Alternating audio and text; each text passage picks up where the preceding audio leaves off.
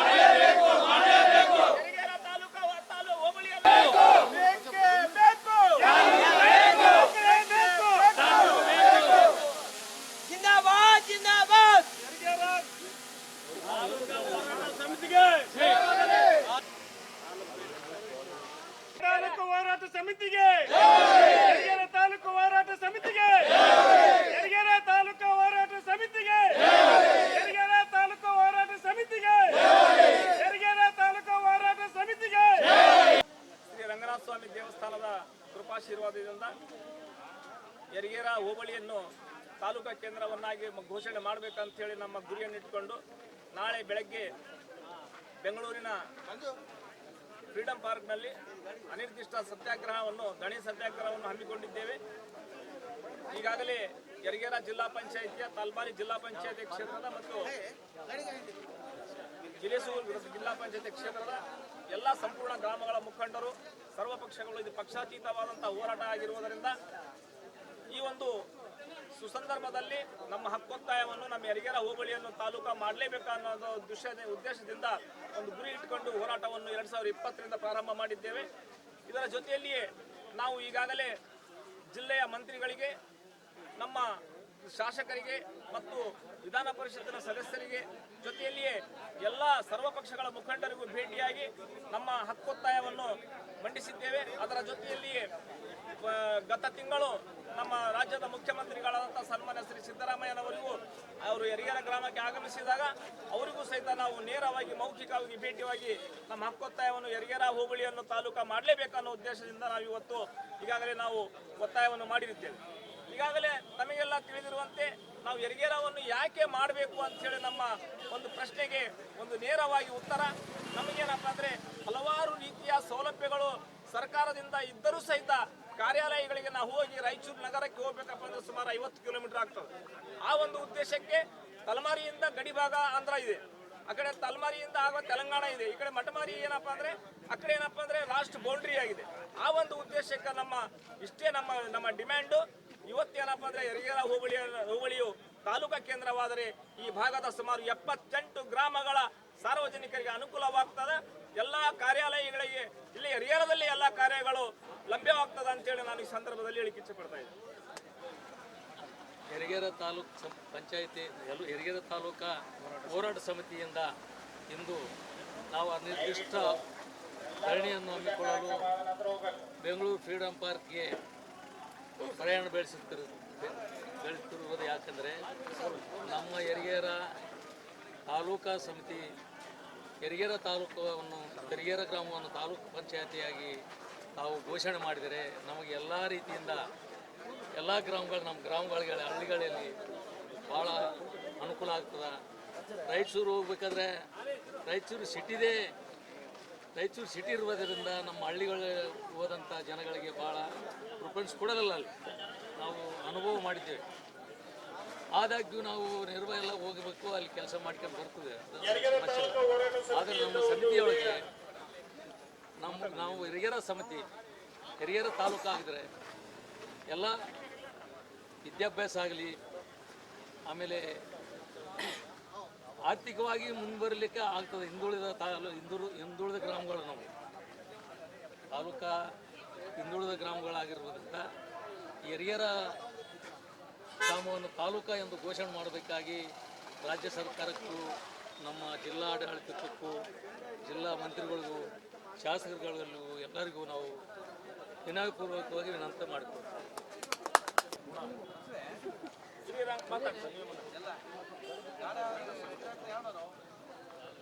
ಇಂದು ಯರಗೇರದ ಐತಿಹಾಸಿಕ ದೇವಸ್ಥಾನವಾದಂಥ ಸ್ವಯಂ ರಂಗನಾಥ ದೇವಸ್ಥಾನದ ಆವರಣದಲ್ಲಿ ನಾವು ಬಂದು ಎಲ್ಲ ಯರಗೇರ ತಾಲೂಕು ಹೋರಾಟ ಸಮಿತಿ ವತಿಯಿಂದ ದಿನಾಂಕ 21/7/2025 ಬೆಂಗಳೂರಿನಲ್ಲಿ ಫ್ರೀಡಂ ಪಾರ್ಕ್ನಲ್ಲಿ ಧರಣಿ ಸತ್ಯಾಗ್ರಹವನ್ನು ಹಮ್ಮಿಕೊಂಡಿದ್ದೀವಿ. ಕಲ್ಯಾಣ ಕರ್ನಾಟಕ ಭಾಗದಲ್ಲಿ ಅತ್ಯಂತ ಹಿಂದುಳಿದ ಜಿಲ್ಲೆ ಅದು ರಾಯಚೂರು ಜಿಲ್ಲೆಯಲ್ಲಿ ಅತ್ಯಂತ ನಮ್ಮ ಗ್ರಾಮೀಣ ಕ್ಷೇತ್ರ ಅತ್ಯಂತ ಹಿಂದುಳಿದ ಗ್ರಾಮೀಣ ಕ್ಷೇತ್ರವಾಗಿರೋದ್ರಿಂದ ಸುಮಾರು 8 ಲಕ್ಷ ಜನಸಂಖ್ಯೆ ಹೊಂದಿರತಕ್ಕಂಥ ಈ ರಾಯಚೂರು ತಾಲೂಕಿಗೆ ನಾವು ಪ್ರತ್ಯೇಕವಾದ ಯರಗೇರ ಹೋಬಳಿಯನ್ನು ತಾಲೂಕನ್ನಾಗಿ ನಾವು ಮಾಡಿ ಅಂತ ಸರ್ಕಾರಕ್ಕೆ ಒತ್ತಾಯ ಮಾಡ್ತಾ ಇದ್ವಿ. ಸರ್ಕಾರ ಈ ನಮ್ಮ ಮನವಿಗೆ ಸ್ಪಂದಿಸದೇ ಇದ್ದಲ್ಲಿ ಜಿಲ್ಲೆಯ ಎಲ್ಲ ತಾಲೂಕು ಕೇಂದ್ರ ಮುಂದೆ ನಾವು ಧರಣಿ ಸತ್ಯಾಗ್ರಹವನ್ನು ಮಾಡ್ತೀವಿ ಅಂತ ಈ ಮೂಲಕ ಮಾಧ್ಯಮದ ಮುಖಾಂತರ ಎಚ್ಚರಿಕೆ ನೀಡೋಕ್ಕೆ ನಾನು ಕಾರ್ಯನ ಕೊಡ್ತಾ ಇದ್ದೀನಿ.